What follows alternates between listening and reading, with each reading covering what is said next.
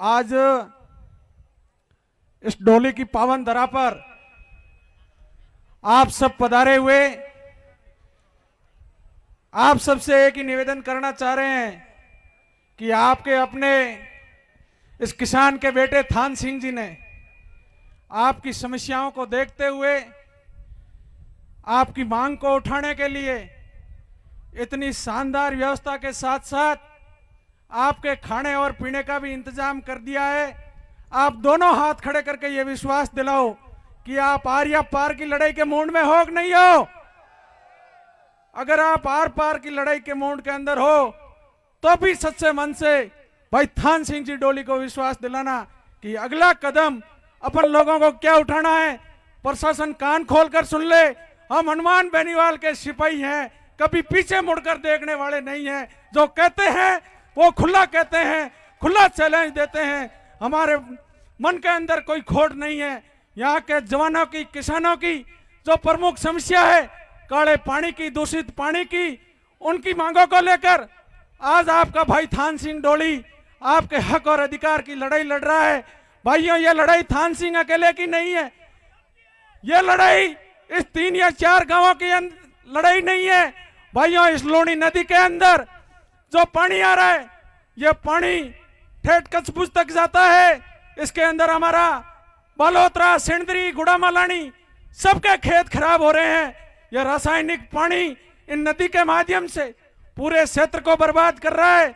साथियों, यह लड़ाई मानवता को बचाने की लड़ाई है। इस लड़ाई के अंदर बच्चा बच्चा, माताएं बहनें, पिता तुल्य बुजुर्ग, नौजवान साथी, अपन सबको भाई थान सिंह डोली बनकर मजबूती के साथ यहाँ डटना होगा। प्रशासन कान खोलकर सुन ले, आज हम लोग इतनी मजबूती के साथ यहाँ आए हैं, आर या पार की लड़ाई के मूड के अंदर है। जब तक राजस्थान सरकार, बालोतरा का जिला प्रशासन हमारी बात को गंभीरता से नहीं लेगा तो रात्रि विश्राम या आगे इस महा आंदोलन को महापड़ाव के अंदर भी आप सब भाइयों के भरोसे तब्दील किया जा सकता है। हमारा जो निर्णय भाई थान सिंह डोली करेंगे उस निर्णय के अंदर है। भाइयों, मैं आपको विश्वास दिलाता हूं कि मेरा गांव यहां से 250 किलोमीटर दूर है, लेकिन हमारे वहां के जब किसान नर्मदा नहर की पानी के लिए किसानों के बीमा क्लेम को लेकर हमने जब गुड़ामालानी के अंदर धरने प्रदर्शन किए तो थान सिंह डोली एक आवाज पर हमको मजबूती दिलाने के लिए गुड़ामालानी आए थे। आज उसी का फर्ज उतारने के लिए हम आपके यहाँ आए हैं। भाइयों, हमारे को भी इस लड़ाई के अंदर पूरा समर्थन थान सिंह डोली को है। अभी एक नेताजी भाषण दे रहे थे कि हम इस महा आंदोलन के अंदर जुड़े नहीं है, हम समर्थन देने के लिए आए हैं। लेकिन मैं थान सिंह डोली को यह विश्वास दिलाता हूं कि हमारी जो गुड़ामालानी की टीम पधारी है, हम आपको समर्थन देने नहीं, हम आपके इस महा आंदोलन के अंदर शामिल होने के लिए आए हैं।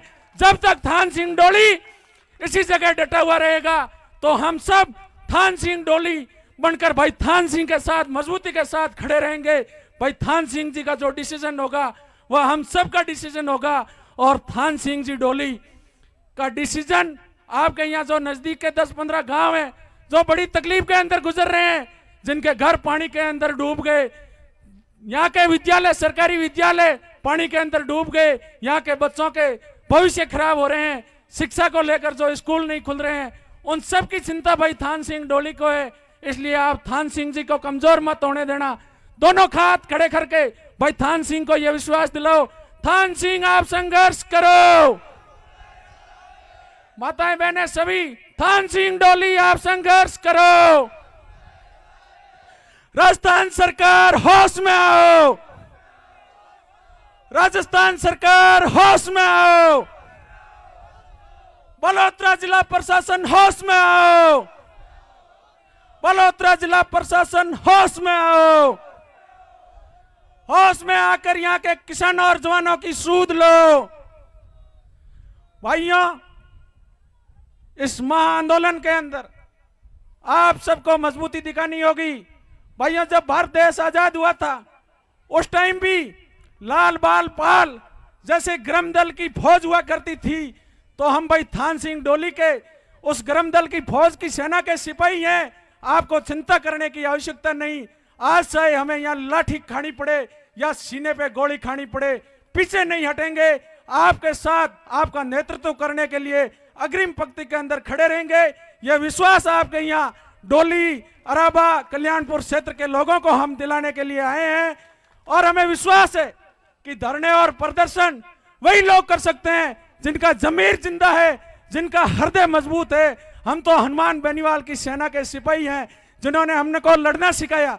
भाइयों, लड़ वही सकता है जिनका जमीर जिंदा होता है।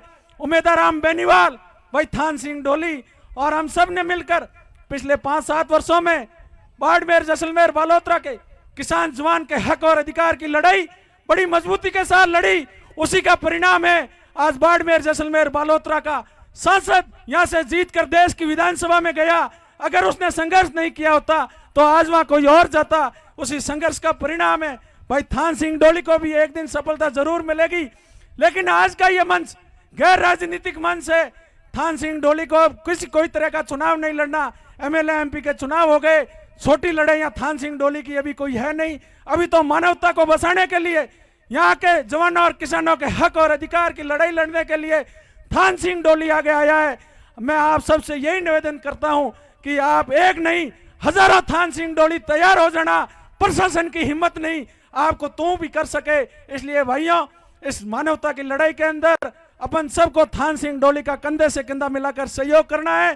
थान सिंह जी डोली जो यहाँ से कहेंगे, इनका जो निर्णय होगा वह अपन सबको मानना है। आप सबके शानदार इंतजाम कर दिए हैं, आपको किसी तरह की कोई चिंता करने की बात नहीं।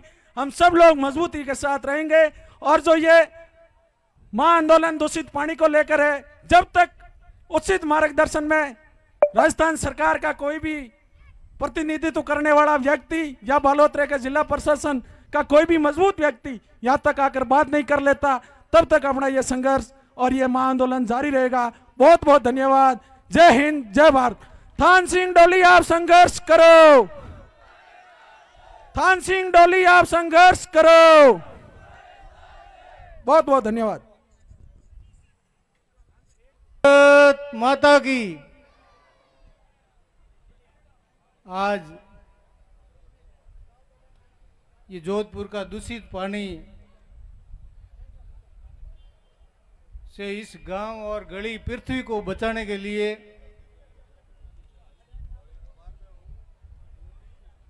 मंच पर विराजमान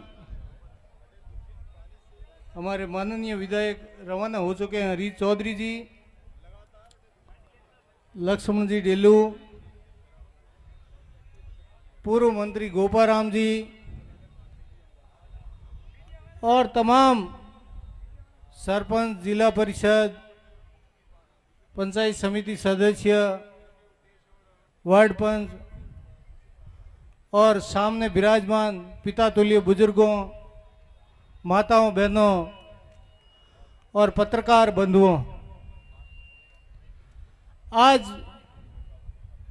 मुद्दा बहुत बड़ा है, मुद्दा बहुत कठिन है। जो छोटे मोटे मुद्दों के लिए हजारों लोग इकट्ठे होते हैं, तो आज तो मुद्दा बड़ा है। गांव का गांव इस दूषित पानी से नष्ट हो रहा है, नाडियां पूरी नष्ट हो रही है। गांवों के अंदर 20 किलोमीटर तक एक समुद्र बना पड़ा है। हम लोग तो विचार करते हैं, दूर से आए हैं, यहां से 100-150 किलोमीटर दूर रहते हैं, परंतु आपने ये 15 साल निकाला कैसे है, ये हम देखने से भी सहन नहीं कर सकते हैं। इतना बुरा हाल है। आज स्कूलों के अंदर बच्चा पढ़ नहीं सकते, स्कूलें गिर रही है, नाड़ियां खत्म हो रही है, हिरण खत्म हो गए हैं, जो रोजड़े यहाँ रहते हैं जंगली वो खत्म हो गए हैं, गौ माताएं खत्म हो रही है, ना कितने प्रकार की बीमारियां इंसानों के अंदर हो रही है। और सरकार और प्रशासन बिल्कुल सोए हुए हैं। प्रशासन एक छोटा सा गांव इकट्ठे होकर उप मुख्यमंत्री को एक ज्ञापन दे रहे थे, अपनी गांव की बात बता रहे थे, और प्रशासन ने थान सिंह जी और अन्य लोगों के खिलाफ मुकदमा दर्ज कर दिया। तो प्रशासन इतनी नींद भी क्यों ले रहे हैं कि गांव के गांव नष्ट हो रहे हैं और दूषित पानी पूरे क्षेत्र को नष्ट कर रहा है और कितना घोर अन्याय कर रहा है। उनके खिलाफ भी तो आप मुकदमा करके बताओ। अगर आपको इस गांव के कुछ लोगों के साथ में दुश्मनी हो, थान सिंह जी के साथ में दुश्मनी हो, तो 2-4 मुकदमे इस पे और कर दो, परंतु कम से कम ये गौ माता और इस गांव को तो बचाओ, ये महिला शक्ति को बचाओ, हमारे माता पिता और बुजुर्गों को तो बचाओ, हमारी संस्कृति तो कम से कम बचाओ। अभी माननीय विधायक जी बोल रहे थे कि सरकार के ऊपर मुद्दा उठाना आसान है, परंतु मुद्दा हल नहीं होगा। ये बात हम सब मानते हैं कि नहीं होगा, परंतु इतना पानी गांव के गांव नष्ट हो रहे हैं। तो पूर्व में अटल बिहारी जी की राज में स्वर्गीय अटल बिहारी जी अभी नहीं है, माननीय प्रधानमंत्री जी थे, उन्होंने एक नारा दिया था कि नदियों से नदियां जोड़ेंगे। और जब भी और भी आप कभी कहोगे या आपका गांव का सभी का निर्णय हो जाएगा कि हमारा धरने यही रहेगा, अभी शुरू ही रहेगा, तो हम आपका सहयोग देंगे, हम भी इसी मंच पे ही रहेंगे। ये आपको आश्वासन दिलाते हैं, परंतु आपकी तादाद है वो मजबूत करनी पड़ेगी, बढ़ानी पड़ेगी। और मैं तो ये भी कहता हूं, मंच पे लगभग सैकड़ों जनप्रतिनिधि बैठे हैं, समाज सेवी बैठे हैं और राजनीति के अंदर भाग लेने वाले सभी लोग हैं। ये जो सामने माताएं बहनें बैठी है ना, ये पिता तुल्य बुजुर्ग बैठे हैं, वो आपसे आंख मिला के आंख बात कर रहे हैं कि आपके ऊपर भरोसा है कि ये मंच पे बैठे लोग हमारा हल निकालेंगे, इस गांव को बचाएंगे। तो आपको भी पूरा सहयोग देना इन गांव का, भोले भक्ते लोगों का, ताकि आज यह संस्कृति बच सके। नहीं तो आने वाले भविष्य में इस दूषित पानी से पता नहीं क्या क्या होगा। इस दूषित पानी से तो लोग जल सकते हैं, ये तो ठीक है, केमिकल है, पानी के साथ में मिल रहा है, तभी एकदम नहीं जल रहे, बाकी तो इस क्षेत्र की हालत कभी खराब हो जाती और हो भी गई है। आज आपने वीडियो में देखा होगा, हम लोगों ने देखा है, हमारे खुद को दया आ रही है। आज जीव जंतु जैसे गायों के पैर देखे सूजन हो गए, हिरणों के पैर सूजन हो गए, रोजड़ों के पैर सूजन हो गए, बूढ़ी माताएं और पिता तुल्य बुजुर्ग इतने पानी के अंदर कैसे पार कर रहे हो आप। बहुत धन्यवाद है आपको।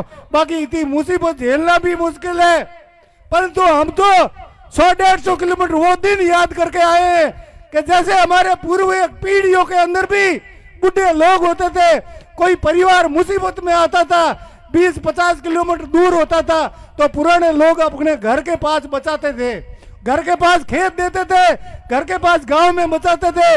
वो मुसीबत में होते थे, उनको बाजरी देते थे, रोटी देते थे, उनको जैसे घर में अपन वो लोग खाते थे वही अपने लोगों को सहयोग करके खिलाते थे। उसी हिसाब से हम आपके साथ में हैं, क्योंकि मुसीबत तो आपके अंदर है, मुसीबत आपके गांव के अंदर है, परंतु हमारे भाव भी दया भाव है।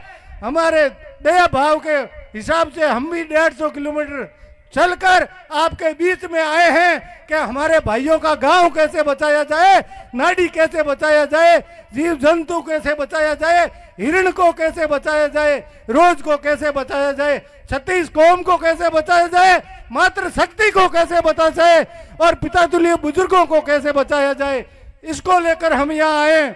और आप बड़े मुसीबत में हो।